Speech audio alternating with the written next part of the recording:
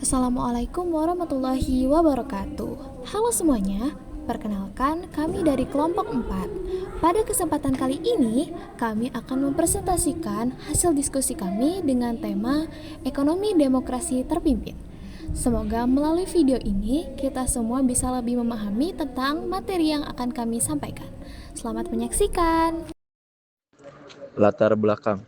Pertama, kegagalan sistem demokrasi liberal pada tahun 1950 hingga 1959.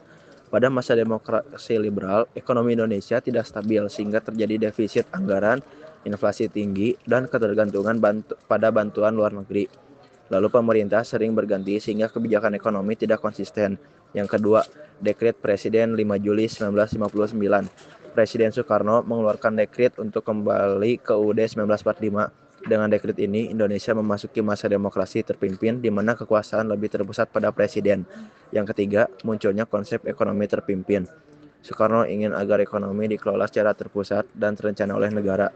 Tujuannya untuk mewujudkan keadilan sosial dan mengurangi ketimpangan ekonomi akibat warisan kolonial.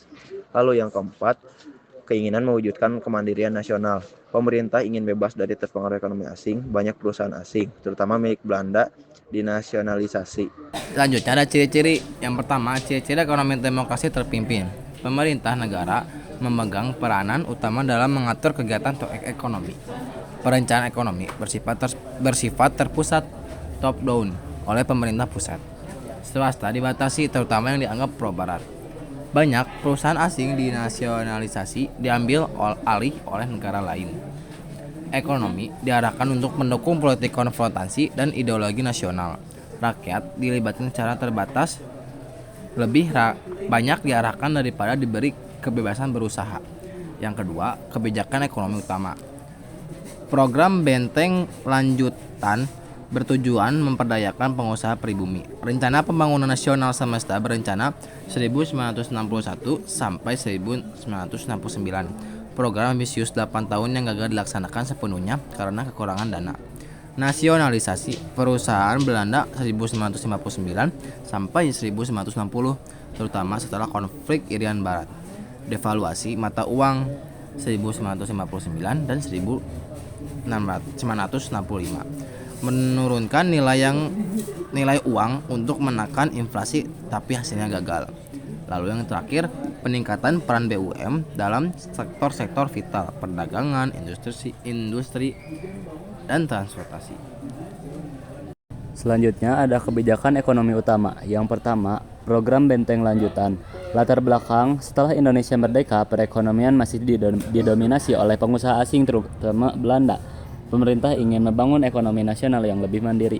Isi kebijakan tersebut adalah memberikan kesempatan lebih besar bagi pengusaha pribumi untuk berperan dalam perdagangan dan industri. Dan kendalanya ada banyak pengusaha pribumi yang belum berpengalaman. Yang kedua ada Rencana Pembangunan Nasional Semesta berencana. Latar belakang, pada masa demokrasi terpemimpin, Presiden Soekarno ingin menciptakan sistem ekonomi yang berdiri di atas kaki sendiri sesuai semangat sosialisme Indonesia. Tujuan mewujudkan masyarakat adil dan makmur dalam waktu 8 tahun. Ciri-cirinya mengutamakan peran negara bukan swasta. Hasil tidak berhasil karena inflasi tinggi, kurang modal dan tenaga ahli. Yang ketiga ada nasionalisasi perusahaan Belanda. Latar belakang, hubungan Indonesia-Belanda memburuk akibat masalah Irian Barat. Sebagai reaksi, pemerintah mengambil alih perusahaan-perusahaan Belanda di Indonesia. Isi kebijakan, perusahaan pelayaran KPM menjadi pelni. Tujuan mengakhiri dominasi ekonomi Belanda. Dampak, banyak tenaga ahli Belanda pergi menyebabkan penurunan efisiensi dan produksi. Yang keempat ada devaluasi mata uang 1959 dan 1965. Devaluasi 1959, nilai rupiah diturunkan 1000 menjadi 100, 500 menjadi 50. Tujuannya menekankan inflasi dan meningkatkan ekspor. Yang kedua ada devaluasi 1965, nilai uang 1000 menjadi 1 rupiah, disebut Sanering, bertujuan untuk menekankan inflasi ekstrim lebih dari 600%. Hasilnya gagal total karena inflasi malah semakin parah akibat ketidakstabilan politik dan ekonomi. Yang kelima, peningkatan peran BUMN dalam sektor-sektor vital. Isi kebijakan setelah nasionalisasi, pemerintah memperluas peran BUMN di bidang energi, perbankan, transportasi, industri dasar. Tujuan menguasai cabang-cabang produksi yang penting bagi negara dan rakyat. Dampak BUMN menjadi tulang punggung ekonomi nasional. Dan yang terakhir ada ekonomi diarahkan untuk kepentingan politik luar negeri. Latar belakang tahun 1963 sampai 1966, Indonesia melakukan konfrontasi dengan Malaysia karena Soekarno menolak pembentukan Federasi Malaysia yang dianggap alat neokolonialisme Inggris. Dampak terhadap ekonomi, banyak anggaran negara dialihkan untuk militer dan politik luar negeri. Yang kedua ada perdagangan dengan negara-negara barat menurun. Yang ketiga ada fokus pembangunan ekonomi terganggu, inflasi makin tajam. Kesimpulan, ekonomi Indonesia kala itu lebih dijadikan alat politik untuk melawan imperialisasi daripada diarahkan pada kesejahteraan rakyat. Lanjut kepada pembahasan selanjutnya, yaitu kondisi ekonomi saat itu. Kondisi ekonomi saat itu yang pertama, inflasi sangat tinggi, bahkan mencapai lebih dari 600% pada tahun 1965. Pada tahun 1965, Indonesia mengalami hiperinflasi yang sangat parah. Harga-harga barang kebutuhan pokok melonjak berkali-kali lipat setiap bulannya. Uang kehilangan nilainya dengan cepat sehingga masyarakat kesulitan membeli kebutuhan sehari-hari. Dan yang kedua ada nilai mata uang anjlok tajam. Nilai rupiah jatuh drastis terhadap mata uang asing seperti dolar Amerika. Hal ini membuat impor barang menjadi sangat mahal dan memperburuk kondisi ekonomi nasional. Masyarakat kehilangan kepercayaan terhadap mata uang rupiah dan transaksi menggunakan barang atau valuta asing semakin sering terjadi. Selanjutnya yang ketiga itu ada produk pertanian dan industri menurun karena kurangnya modal dan bahan baku. Sektor pertanian dan industri mengalami penurunan produksi karena kekurangan investasi, alat, pupuk, serta bahan baku impor. Banyak pabrik tidak bisa beroperasi maksimal dan hasil panen pertanian menurun akibat kurangnya dukungan pemerintah serta inflasi yang tinggi. Akibatnya kebutuhan pokok semakin langka dan harga terus naik. Yang keempat, defisit anggaran membesar akibat pembiayaan proyek besar dan militer. Pemerintah pada masa itu banyak mengeluarkan dana untuk proyek-proyek besar yang tidak produktif serta pembiayaan militer. Pendapatan negara dari pajak dan ekspor tidak mampu menutupi pengeluaran tersebut. Akibatnya defisit anggaran membengkak dan pemerintah kembali mencetak uang yang justru memperparah inflasi.